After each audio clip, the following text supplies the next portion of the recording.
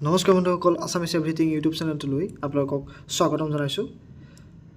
Staff selection কমিশ্যনৰ আজি এটা নতুন ভিডিঅ' লৈ আপোনালোকৰ মাজলৈ আহিছোঁ। আমাৰ যদি ভিডিঅ'বোৰ চাই ভাল পাইছে, আমাৰ ভিডিঅ'বোৰ লাইক কৰি দিব, শ্বেয়াৰ কৰি দিব আৰু চেনেলটো ছাবস্ক্ৰাইব কৰি দিবলৈ নাপাহৰিব। চেনেলটো ছাবস্ক্ৰাইব কৰিলে আমাৰ মনোবল যথেষ্ট বৃদ্ধি পায়। বন্ধুসকল, SSC ষ্টাফ চিলেকশ্যন কমিশ্যনে বহুকেইটা পোষ্টৰ ছাব ইন্সপেক্টৰৰ কাৰণে খালী কৰিছে আৰু এয়া ssc.nic.in যোগেদি আপোনালোকে আবেদন কৰিব পাৰিব। আৰু 4/3/2024 তাৰিখে এইখন নটিফিকেশ্যন ওলাইছে। এয়া দেখিছে, government of India, ministry of personnel, public grievance, pension, department of personnel and training, staff selection commission, block নং 12 CGO complex, Lodhi road, new Delhi. Sub inspector in Delhi police and central armed force examination.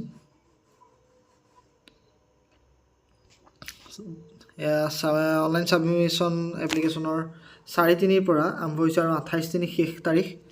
আৰু যিখন free payment যিটো, সেইটো 29/3 পৰা 3লৈকেহে valid থাকিব।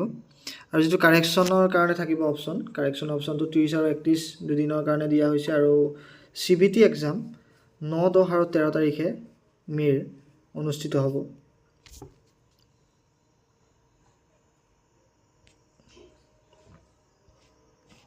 আৰু ইয়াত যিসকল দিল্লী পুলিচ আৰু চেণ্ট্ৰেল আৰ্ম ফ'ৰ্চত আছে,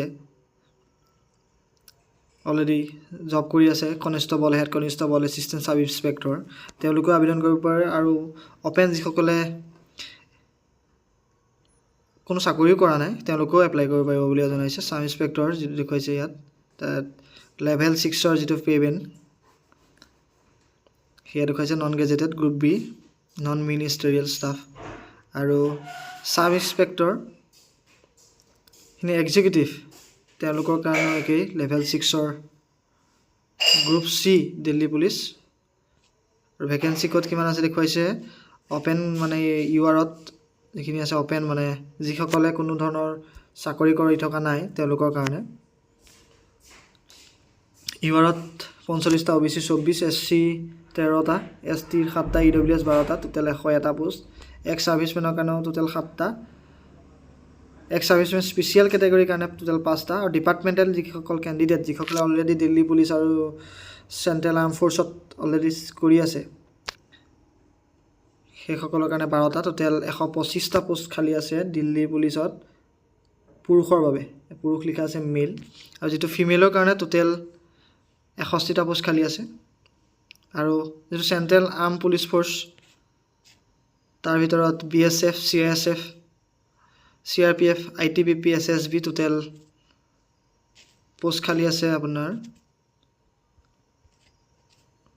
4,001টা পোষ্ট খালী আছে। এইসকল আপোনালোকে চাই ল'ব পাৰে। গতিকে ইচ্ছুকসকলে, যিটো মই ডেছক্ৰিপশ্যনত লিংক দিয়া আছে, তাত গৈ আপোনালোকে এপ্লাই কৰিব পাৰে। আৰু ইয়াত লিখা আছে, candidate select for appointment post of SI আৰু liable to serve anywhere in India. ভাৰতৰ য'তেই তেওঁলোকক পষ্টিং দিয়ে তাতে তেওঁলোকে চাকৰি কৰিবলৈ বাধ্য বুলি কৈছে। আৰু state wise, region wise, zone wise, city wise ইয়াত কোনো ধৰণৰ ভেকেঞ্চি ওলোৱা নাই বুলিও তেওঁলোকে জনাইছে। আৰু ৰিজাৰ্ভেশ্যন যিটো চিডুল কাষ্ট, চিডুল ট্ৰাইবছ আৰু আদাৰ বেকৱাৰ্ড ক্লাছ, যিখিনি OBC ইকনমিক উইকাৰ ছেকশ্যনৰ কাৰণেও আছে, সেইখিনি যেনেদৰে ৰিজাৰ্ভেশ্যন আছে সেইখিনি ফ'ল' কৰা হ'ব বুলি তেওঁলোকে লিখি পঠিয়াইছে। আৰু এজ লিমিটটো যিটো দিছে 1/8/2024 ভিতৰত তেওঁলোকৰ এজটো উলিয়াবলৈ দিছে, 20ৰ পৰা 25 বছৰ বুলি জনাইছে, তাতকৈ বেছি হ'লে নহ'ব। আৰু ST SC কাৰণে 5 বছৰ, OBC কাৰণে 3 বছৰ, আৰু এক্স ছাৰ্ভিচমেনৰ কাৰণে 3 বছৰ ৰিলেক্সেশ্যন থাকিব। সেইখিনি আপোনালোকে চাই ল'ব পাৰিব। আপোনালোকৰ এই মই ডেছক্ৰিপশ্যনত দিয়া লিংকৰ পৰা এই গোটেই PDFটো ডাউনলোড কৰি ল'ব পাৰিব।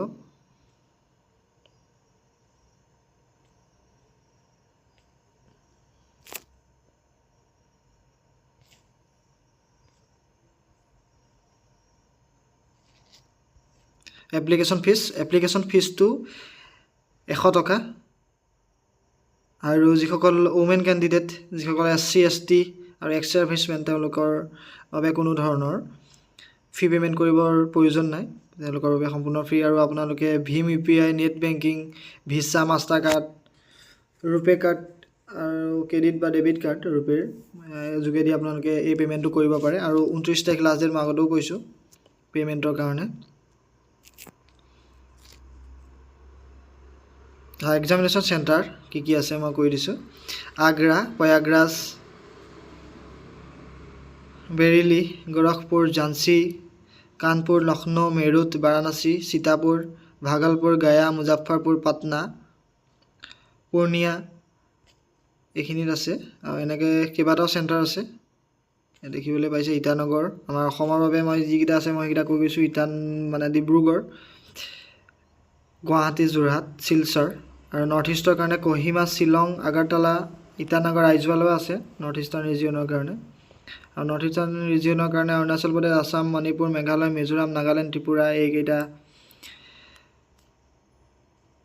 চিলেক্ট কৰিছে তেওঁলোকে। আৰু এইকেইখন ষ্টেটৰ ভিতৰত আপোনালোকে পৰীক্ষা দিব পাৰিব।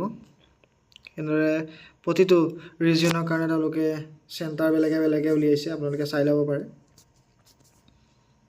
আৰু যিটো এক্সাম কেনেকুৱা ধৰণৰ হ'ব, জেনেৰেল ইণ্টেলিজেঞ্চ আৰু ৰিজনিঙৰ 50টা কুৱেশ্যন আহিব, 1 নম্বৰকৈ থাকিব। জেনেৰেল নলেজ আৰু জেনেৰেল এৱাৰনেছ 50টা কুৱেশ্যন আহিব, 1কৈ থাকিব 50 নম্বৰ। কোৱান্টিটিভ এপ্টিটিউড 50টা কুৱেশ্যন আহিব, 50 নম্বৰ। ইংলিছ কম্পেৰিজম 50টা কুৱেশ্যন থাকিব, 1 নম্বৰকৈ 50। টোটেল 200 নম্বৰ পৰীক্ষা, 2 ঘণ্টা। পেপাৰ 1। পেপাৰ 2 কাৰণে ইংলিছ লেংগুৱেজ এণ্ড কম্প্ৰেহেনশ্যন 200টা কুৱেশ্যন থাকিব, 200 নম্বৰ, 2 ঘণ্টীয়া পৰীক্ষা। টোটেল 4 ঘণ্টাৰ পৰীক্ষা হ'ব। আৰু অবজেক্টিভ টাইপ কুৱেশ্যন হ'ব। আৰু 0.25 মাৰ্কছ নিগেটিভ মাৰ্কিং থাকিব। মানে 4টা ভুল কৰিলে আপোনালোকৰ 1 নম্বৰকৈ যাব। 4টা ভুল কৰিলে 1 নম্বৰ কটা যাব। বোনাছ মাৰ্কো থাকিব যিসকলৰ NCC চাৰ্টিফিকেট আছে। NCC CBA থাকিলে, C থাকিলে আপোনাৰ 10 মাৰ্কছ, B থাকিলে 6 মাৰ্কছ, A থাকিলে 4 মাৰ্কছ আপোনালোকে বোনাছ হিচাপে পাব। আৰু এইখন চিলেবাছখন কি আহিব পেপাৰ 1ত এই গোটেই চিলেবাছ দিয়া আছে, আপোনালোকে চাই ল'ব পাৰিব ভালদৰে।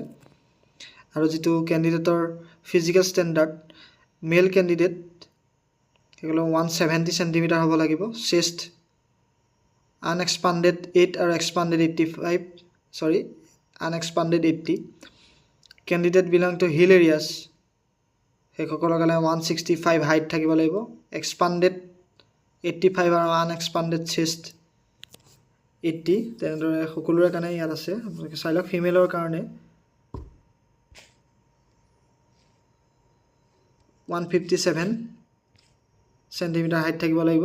হিল এৰিয়াৰ কাৰণে 155 আৰু চিডুল ট্ৰাইবৰ কাৰণে 154। ফিজিকেল টেষ্ট যিখিনি হ'ব, পেট ফিজিকেল এণ্ডুৰেঞ্চ টেষ্ট, তাৰ 100 মিটাৰ 16 ছেকেণ্ডৰ ভিতৰত দৌৰিব লাগিব। 1.6 কিলোমিটাৰ 6.5 মিনিটৰ ভিতৰত। লং জাম্প 3.65 মিটাৰ 3বাৰ চান্স পাব। হাই জাম্প 1.2 মিটাৰ 3বাৰ চান্স পাব। শ্বটপুট 16 লেপছ LBS 4.5 মিটাৰ 3টা চান্সৰ ভিতৰত। সেইদৰে মহিলাসকলৰ বাবে 100 মিটাৰ দৌৰিব লাগিব 18 ছেকেণ্ড, 800 মিটাৰ দৌৰিব লাগিব 4 মিনিটত। লং জাম্প 2.7 মিটাৰ 3বাৰ চান্স পাব। হাই জাম্প 0.9 মিটাৰ 3বাৰ চান্স পাব। গতিকে আপোনালোকে যদি এতিয়াও এপ্লাই কৰা নাই, সোনকালে এপ্লাই কৰক এই পোষ্টকেইটা। আৰু অতি সোনকালেই ডেট পাবহি, লাষ্ট ডেট। আৰু লাষ্ট ডেটৰ আগতে কৰিবলৈ ৰৈ নাথাকিব, কিয়নো SSC ছাৰ্ভাৰ বহুত শ্ল' হৈ যায় লাষ্টলৈ। গতিকে আপোনালোকে কৰি লওক। আৰু আপোনালোকে যেতিয়া পৰীক্ষা দিবলৈ যাব, Aadhaar card, voter card, driving licence, PAN card, passport আৰু ID card issued by university, college, school, employee যদি কোনোবা আছে তেওঁলোকৰ কাৰণে এমপ্লয়ী কাৰ্ড, এইখিনি আপোনালোকে ইয়াৰ ভিতৰত যিকোনো এটা আপোনালোকে লৈ যাব লাগিব। গতিকে আশা কৰিছোঁ ভিডিঅ'টো চাই ভাল পাইছে, ইনফৰমেশ্যনটো আপোনালোকে ভাল পালে ভিডিঅ'টো লাইক কৰি দিব, শ্বেয়াৰ কৰি দিব আৰু মোৰ এই চেনেলটো ছাবস্ক্ৰাইব কৰি দিবলৈ নাপাহৰিব। ধন্যবাদ।